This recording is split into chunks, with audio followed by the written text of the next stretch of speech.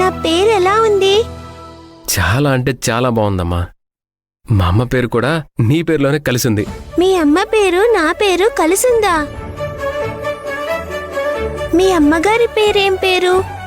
మా అమ్మ పేరు తులసి. ఓహో, నా పేరులో ఉన్న కృష్ణ తులసిలో తులసి మీ అమ్మ పేరా? అవునమ్మా, నీ పేరులో ఉన్న పేరే కాదు, మా అమ్మ పేరు కూడా నీ పేరే అంటున్నాను. పాప మాటలు చాలా క్యూట్గా ఉన్నాయండి.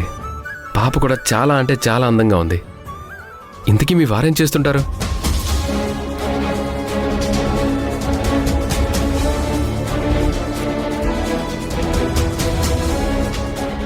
కృష్ణ, నువ్వు లోపలికి వెళ్ళి ఆడుకోమ్మా. అలాగే అమ్మా, బాయ్ అంకుల్.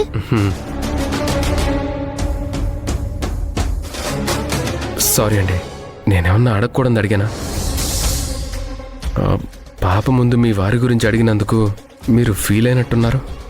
మీరు అడిగిన దాంట్లో తప్పేం లేదండి. నా రాతలో ఉన్న దాని గురించి మీరేం చేస్తారు? అంటే మీ వారు... నేను ప్రాణానికి ప్రాణంగా ప్రేమించి మోసపోయాను. కానీ నా ప్రేమకి గుర్తుగా నా దగ్గర నా పాప ఉంది. ప్రేమించినవాడు ఎలాంటి కష్టంలోనైనా తోడుగా ఉంటాడనుకున్నాను. అనుకోవడమే కాదు, 20 ఏళ్ళు పెంచి పెద్ద చేసిన కుటుంబాన్ని కూడా కాదు అనుకొని అతని కోసం వెళ్ళాను. కానీ అతను రాలేదు. అసలేమైంది?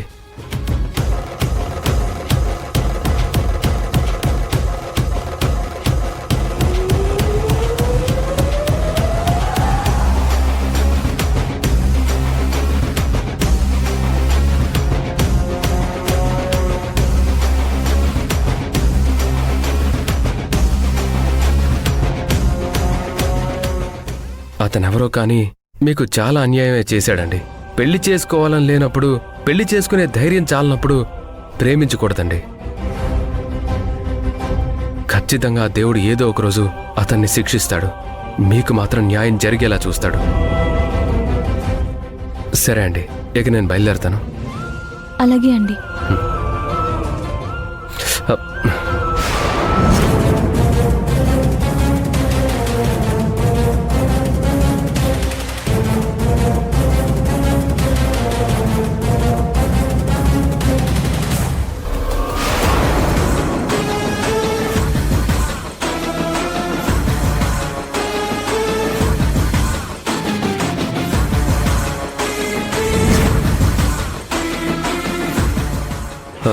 ఈ ఫోటో ఇతనే నేను ప్రేమించిన వ్యక్తి.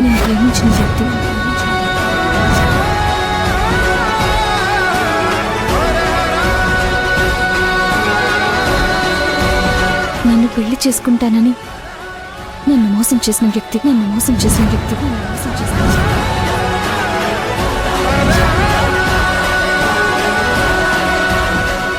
లేదు, నేను ఒప్పుకోను. మా అన్నయ్య అలాంటివాడు కాదు.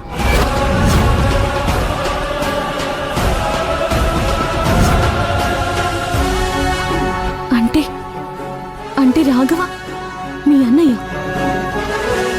నువ్వు మాధవ్వా? అవును, మా అన్నయ్య. మా అన్నయ్య ఎప్పటికీ తప్పు చేయడు, ఎవరిని మోసం చేయడు. మీరు చెప్పిందంతా అబద్ధం.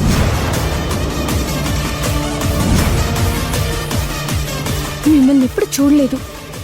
రాఘవ్ గురించి నేను అసలు అబద్ధం ఎందుకు చెప్పాలనుకుంటాను? నా జీవితంలో జరిగిందే మీకు చెప్పాను.